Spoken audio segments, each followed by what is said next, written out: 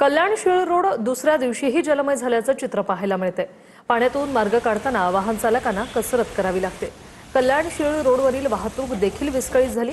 एकीकडे महामार्ग तर दुसरीकडे डोंबिवली MIDC मधून जाणारा सर्व्हिस रोडही जलमय झाल्याने वाहन चालकांना मोठा फटका बसतोय। याचा आढावा घेतला आमच्या प्रतिनिधींनी, पाहूया। कल्याण डोंबिवलीला कालपासूनच पावसाने चांगलं झोडपून काढलेलं आहे।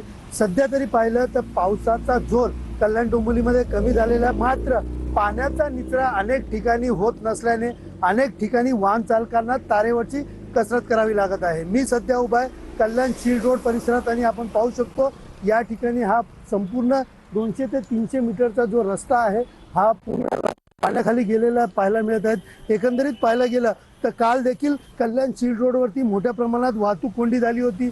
काही ठिकाणी मोठ्या प्रमाणात पाणी साचलं होतं आणि यामुळे डिवायडर देखील वाहतूक पोलिसांना तोडून त्या पाण्याचा मार्ग हा वळवण्यात आलेला आणि त्यानंतरच या ठिकाणची जो रहदारीचा रस्ता आहे तो सुरू झालेला। सुनील जाधव, TV9 मराठी, कल्याण।